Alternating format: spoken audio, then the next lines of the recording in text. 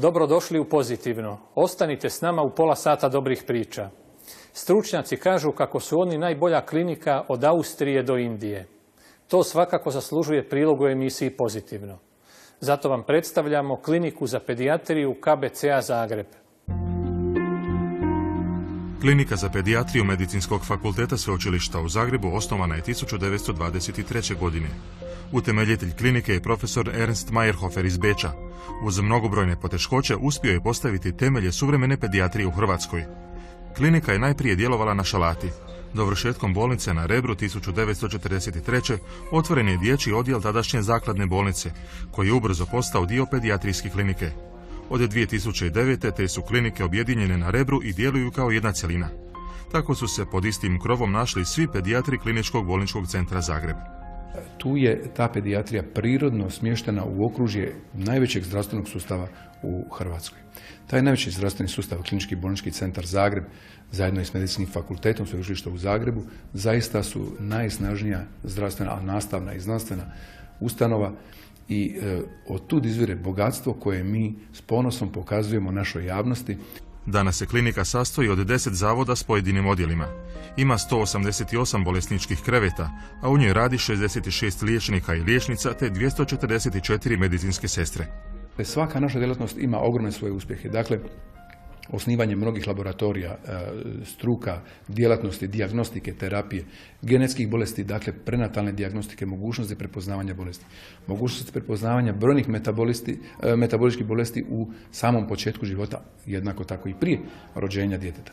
U sklopu klinike djeluju poliklinika, dnevna bolnica, jedinica za fizikalnu terapiju, kabinet za psihološko-pedagošku djelatnost te osnovna škola. Osim toga na klinici imamo i niz drugih popratnih sadržaja. Imamo vrtić, radionicu gdje djeca mogu izražati svoje kreativne sposobnosti koje su oni uistinu prepuni. Tako da se mogu kreativno izražavati putem likovnih radionica, muzičkih i tako dalje, što im sigurno uvelike olakšava ostanak u bolnici i na taj način sprječavamo ove, nažalost, nezgodne situacije koje se događaju, jer kad je dijete bolesno, onda ga sigurno nešto i boli, a mi smo tu da mu uvijek možemo pomoći. Klinika za pedijatriju KBC-a Zagreb ima sve subspecijalnosti jedne moderne pedijatrije. Ljestvica kvalitete zdravstvenih usluga visoko je postavljena. Vi ste nerijetko u stanju od relativno jako bolesnog čovjeka u stanju napraviti malo manje bolesnog. Ono što mi sa transplantacijskim liječenjem radimo, mi radimo od teškog smrtno bolesnog djeteta, radimo zdravog čovjeka danas sutra. I to je važno naglasiti jer naš je posao, koliko god se može reći, proizvodnja zdravlja. Ono što mi želimo ovdje naglasiti je to da ono što mi danas radimo je zalog za budućnost. Pa ako su nam i brojevi mali, zato su nam rezultati dalekosežni. O kvaliteti medicinskih usluga klinike za pedijatriju KBC-a Zagreb svjedoči podatak da je u njoj čak 8 referentnih centara Ministarstva zdravlja. Vodeći smo reumatološki centar u Republici Hrvatskoj. Sve što je moguće bilo gdje vani dobiti, sve može dobiti apsolutno u našem referentnom centru u sklopu Kliničkog bolničkog centra Zagreb. Znači, dostupni su svi lijekovi, sva najmodernija nova dijagnostika, sve je dostupno. Odjel za respiratorne bolesti, kliničku imunologiju, alergologiju i cističnu fibrozu jedan je od najstarijih odjela. Ako pogledamo danas poziciju odjela, onda je to najmanji odjel na klinici, ali unatoč tome on zapravo predstavlja i vodeće mjesto u pojedinim segmentima struke s kojima se on bavi. Gotovo je nemoguće nabrojiti sve djelatnosti, medicinske usluge i uspjehe klinike za pedijatriju na zagrebačkom Rebru. Ljubav prema pedijatriji ono je što liječnike najviše motivira. Svaki od nas se emotivno veže sa svakim od naših bolesnika, posebno ako su to teški bolesnici, a osim toga, dakle, velik dio našeg posla, budući da smo mi svi dio i katedre za pedijatriju, moramo obavljati i nastavničke dužnosti i znanstvene kao znanstvenici. U pedijatriji vrijedi načelo, kad je bolesno dijete, bolesna je cijela obitelj. Stoga se u proces liječenja nastoji uključiti roditelji i ostali članovi obitelji, što uvelike olakšava liječenje. Zaista su najuži članovi obitelji djeci nezamjenjivi i iznimno je važno kad god se može udovoljiti tom prirodnom zahtjevu da oni budu zajedno u svim mogućim situacijama. Velika je želja da klinika dobije više prostora kako bi omogućila još kvalitetniji smještaj i popratne sadržaje. Dijete iz bilo kojeg dijela Hrvatske, Bosne i Hercegovine, ali i drugih zemalja na Zagrebačkom Rebru može biti zbrinuto na najbolji mogući način, a roditelji mirno spavati znajući da pedijatri KBC-a Zagreb bdiju nad zdravljem njihove djece.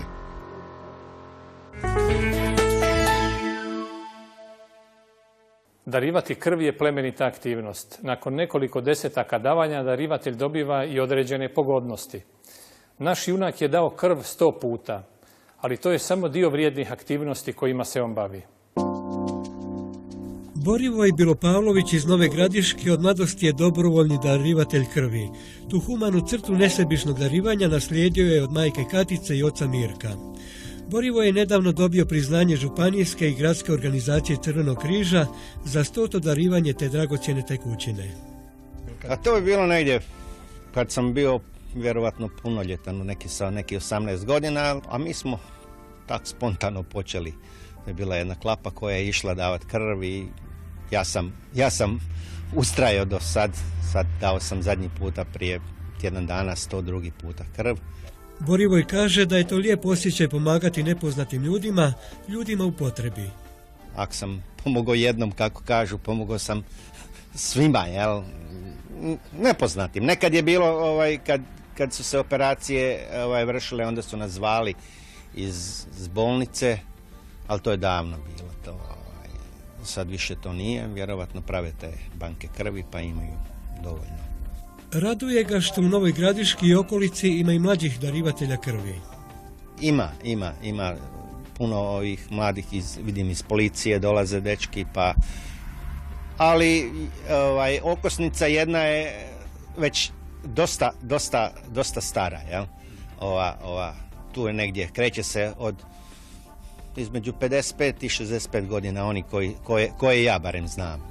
Bilopavlovići su zaljubljenici u prirodu, a bave se i ekološkim voćarstvom. Posadio sam voćnjak prije 6 godina i onda smo bili to je u Šumetlici, taj prostor je nezagađen još uvijek i zvali smo, supruga je htjela da probamo tu ekološku proizvodnju. Ovom proizvodnjom žele si, kažu, u ovim kriznim vremenima osigurati dodatne prihode, ali ne ide baš lako.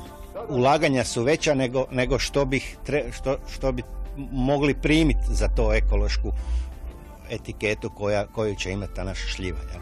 Borivoj je zaljubljenik u ribolova, Radoj planinari.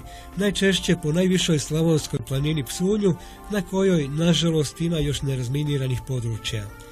Kao ljubitelja prirode muče ga, kaže, i prekomjerno uništavanje prekrasnih šuma.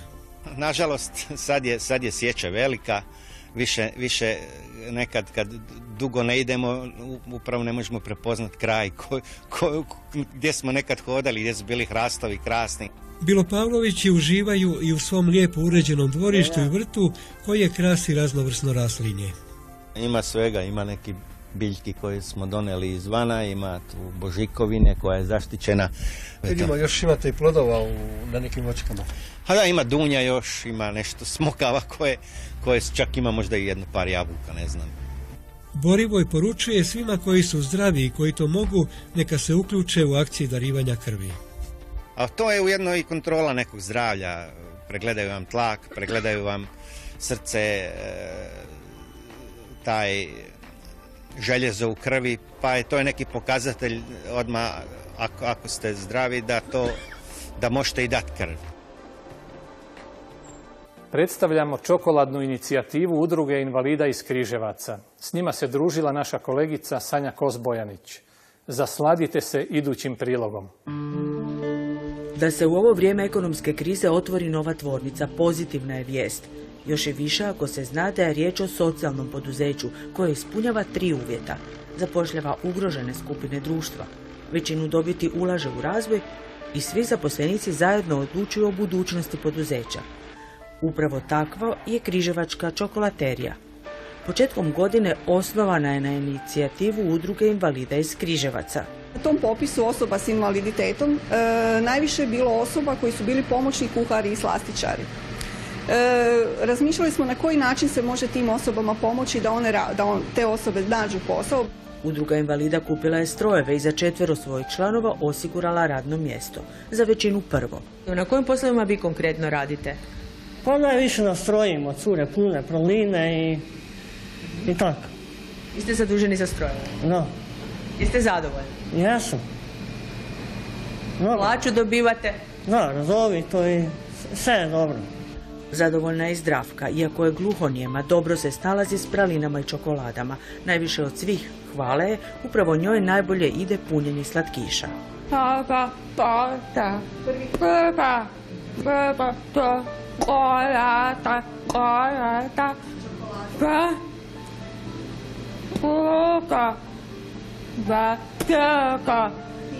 Josip je najprije radio u tvornici, a sada prodaje u slatkoj kućici u središtu Križevaca. Tu prodajemo naše proizvode, greti, sani, ovakvo pakiranje imamo. Vi ste najprije radili dolje u tvornici? Da, u tvornici, ali za sad sam tu. Što ste radili u tvornici? Slagal čokoladu. Proizvodili čokoladu, reći. Je li vam to prvo radno mjesto? Je. Jeste zadovoljni što ste se mogli zaposliti? Jesam, jako sam zadovoljan. Posla ima, radit se mora. 4 invalida bez teškoća ispunjava sve obveze u proizvodnji, za koju je zadužena diplomirana inženjerka prehrambene tehnologije Sunčica. Ovo zanimanje mi je prvo u struci i zaista jedan prekrasan biti poklon da sam mogla dobiti priliku da ovo radim. A s druge strane je jako veliki izazov, s obzirom da je to firma koja se pokretala. U ovih 6 mjeseci smo zaista ogroman posao napravili svi zajedno. Isto tako većini osoba s invaliditetom koji su sa mnom je to prvi posao. Potrebno je bilo puno volje, ljubavi, truda, međusobnog razumijevanja. Put do potpunog uspjeha križevačke čokolaterije još je dug. Ipak uvjereni su da će se njihova pozitivna priča razvijati i dalje. Uistinu malo je onih koji mogu odoljeti čokoladi i pralinama. Osobito kad su tako posebne kao ove križevačke.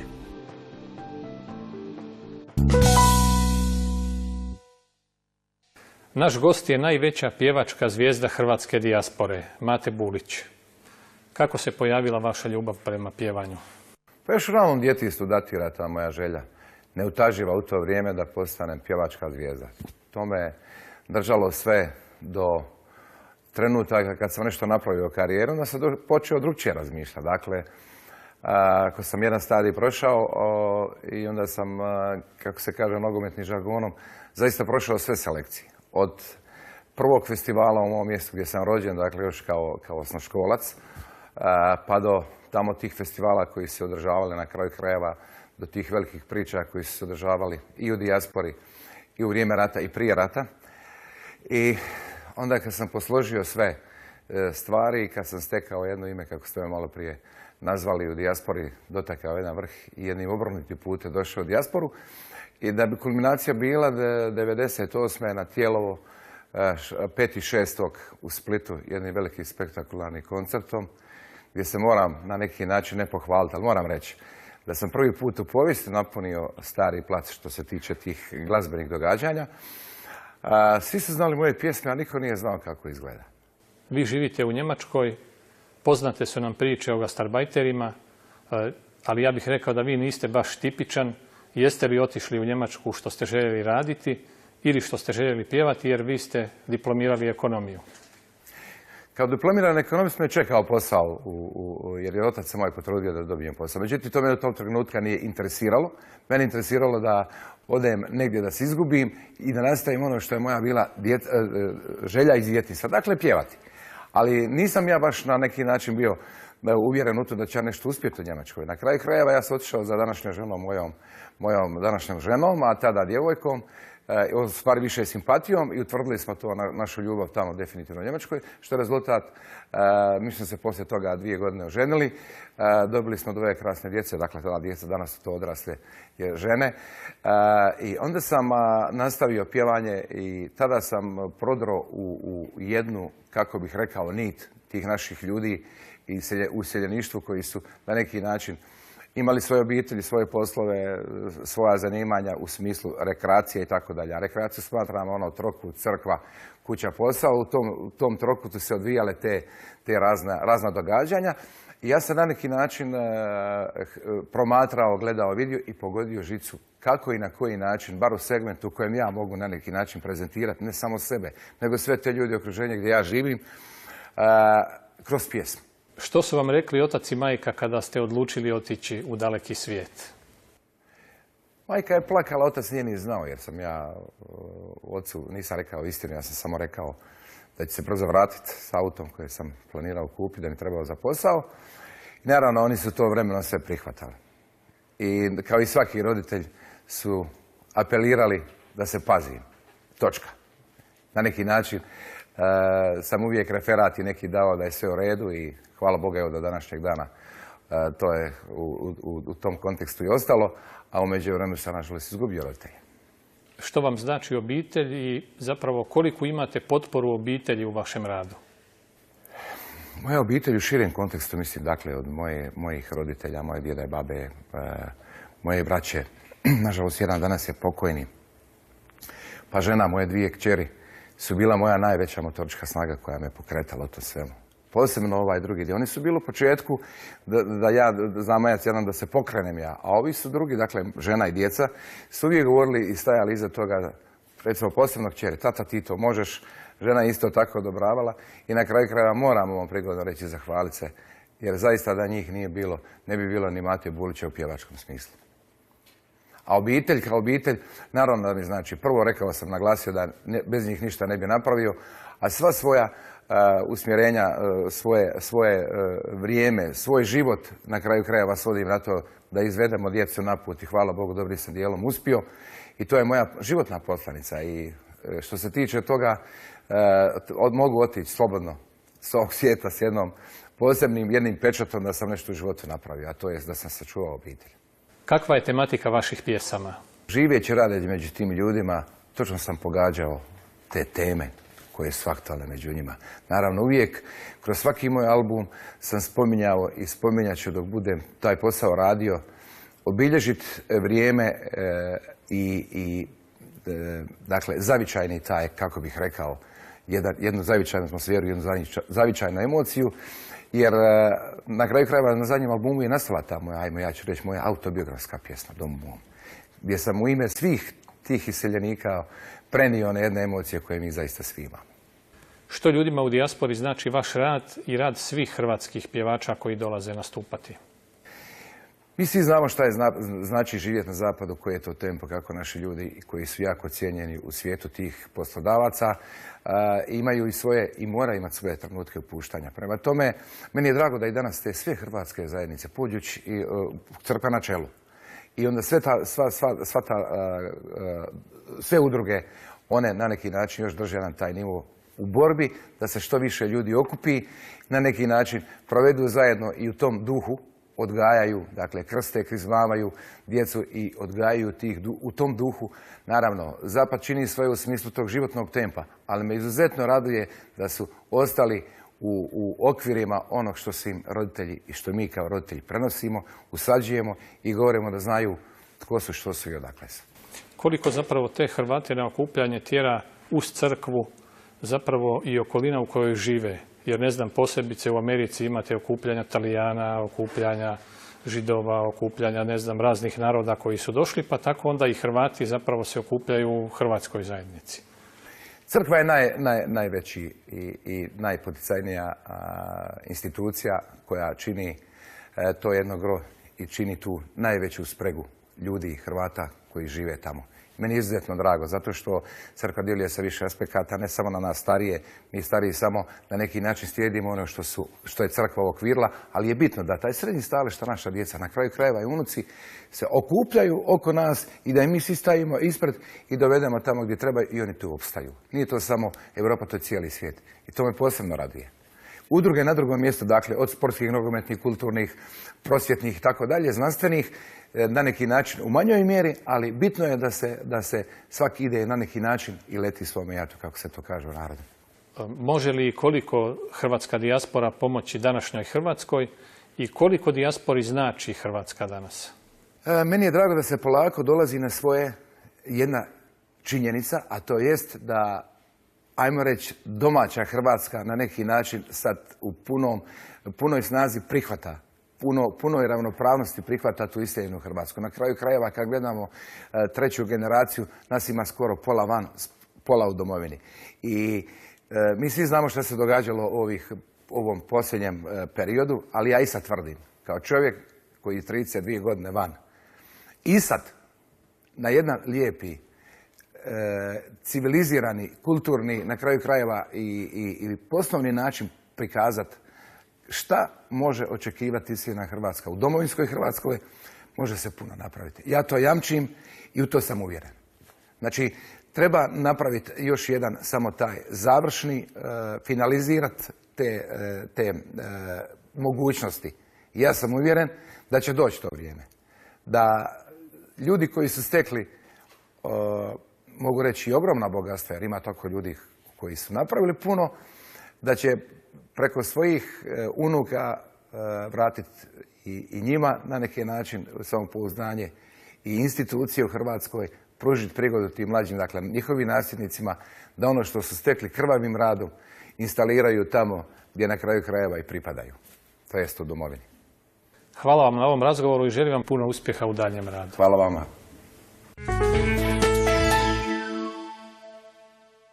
Poštovani gledatelji, nastavite nam slati lijepe misli i prezentacije. Mi ćemo ih s veseljem podijeliti s vama. Pogledajte, razmislite i primijenite u životu.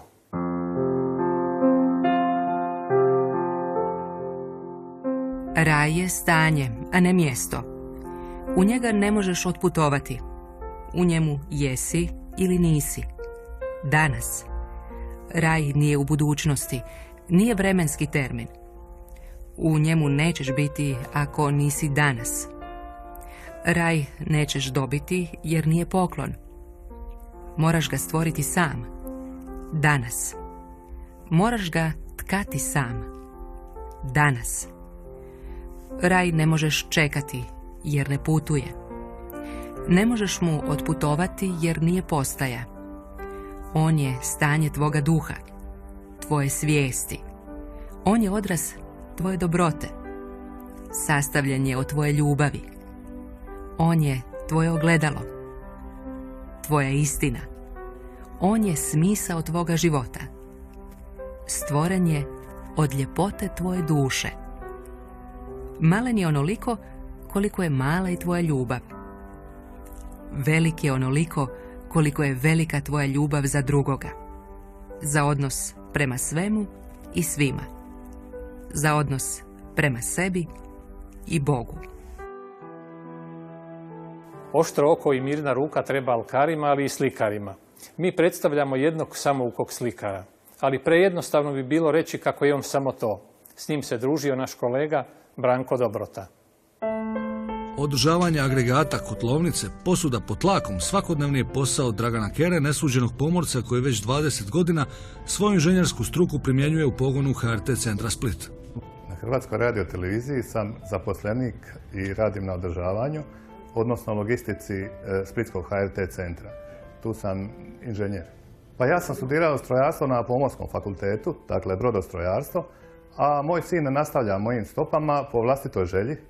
Dakle, on je upisao na FESB-u smjer strojarstvo i trenutno je brucoš. Pored strojarskih poslova, kolega je s kamerom u ruci sudjelovao u nizu televizijskih projekata. Emisije dokumentarnog, religijskog i znanstvenog programa Naše kuće obogatio je svojim smislom za sliku. Radio sam dosta priloga za Hrvatsku radioteleviziju iz našeg Splitskog centra. Radio sam i na 2 dokumentarna filma Jedan je, dakle, Kraljevi Rike u Solinu, a drugi je od Crkvici Gospe od Prizidnice na Čiovu. Ipak, slikarstvo je Draganova najveća umjetnička ljubav. Vlastita djela, ali i brojne reprodukcije naslikao je učeći od najvećih majstora. Još iz osnovne škole sam primijetio da imam nekoga, ajmo reći, talenta za slikarstvo, pa sam odlučio malo baviti se bojicama, mišat, samouk, ali često i naravno uz pitanja, uz listanja raznih knjiga, časopisa koji se bave time i tako dalje. Išao sam sam, mutio sam te boje, nabavljao platna, slikao, mnoge sam slike poklonio, mnoge sam darovao obitelji, prijateljima. Obično se misli kako tehnička znanja i umjetnost nisu u ljubavi. No naš inženjer, snimatelj i slikar svojevrsna je iznimka koja dokazuje kako pravila postoje da bi se na najbolji mogući način kršila. Postoje mnogi ljudi koji u svojem domu prikupljaju vrijedne i zanimljive stvari. Naša kolegica Elvira Dizdarević pronašla je jednu gospođu koja nam je otvorila vrata svoga doma. Dok smo čekali da nam gospođa Nevenka Vučemilović otvori vrata svoga doma, pogled nam je zaokupio zid sa oslikanim najpoznatijim građevinama u Hrvatskoj. Već po tome dalo se naslutiti da nas iza ulaznih vrata očekuju mnogobrojne zanimljivosti. Dobar dan. Dobar dan. Troetažna kuća iz Nadičića pravi je privatni muzej prepun artefakata od kojih su neki stariji više od 200 godina.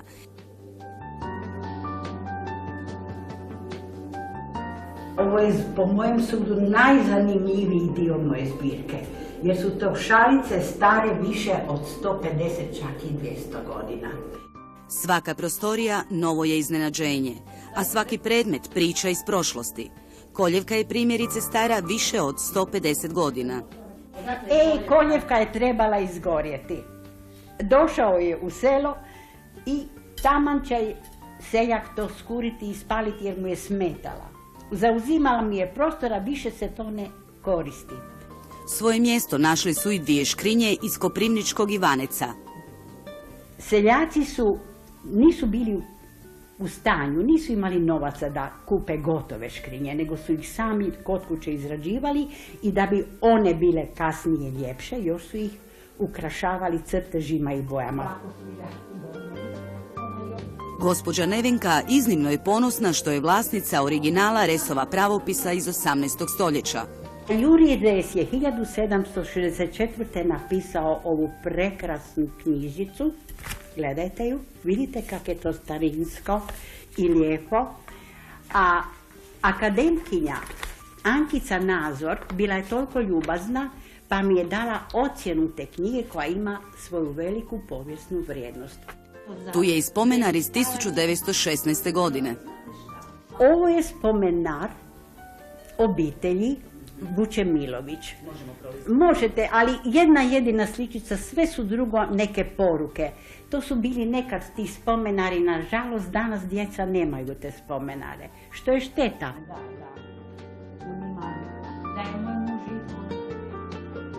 Zidove krase i unikatni tanjuri prikupljeni sa svih strana svijeta, ali i mnogobrojne slike naivnih umjetnika Podravine. To su zapravo oslikane pjesme peterajnskog pjesnika Frana Galovića. Ako niste čuli za Frana Galovića, vjerujem da niste jer je on pjesnik na kajkavskom dijalektu, napisao je zbirku Z mojih bregov. To je izvanredna pjesnička zbirka. Obiteljski gramofon i vinilske ploče na trenutak su dočarali vrijeme s kraja 19. i početka 20. stoljeća.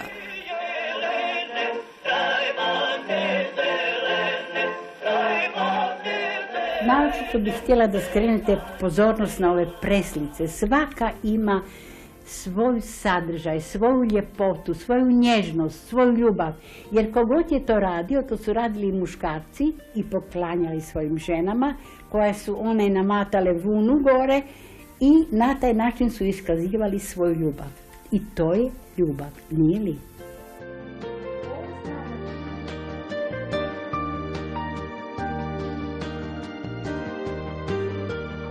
A rezultat ne samo ljubavi prema povijesti, nego i širokih interesa supružnika Vučemilović jest ova golema povijesna zbirka. Njihov je obiteljski dom tijekom godina prerastao u privatni muzej, a njegova su vrata prvi put otvorena za nas. Hvala vam što ste bili s nama. Šaljemo vam puno pozitivnih pozdrava. Potražite nas na web stranici Hrvatske televizije u emisijama na zahtjev.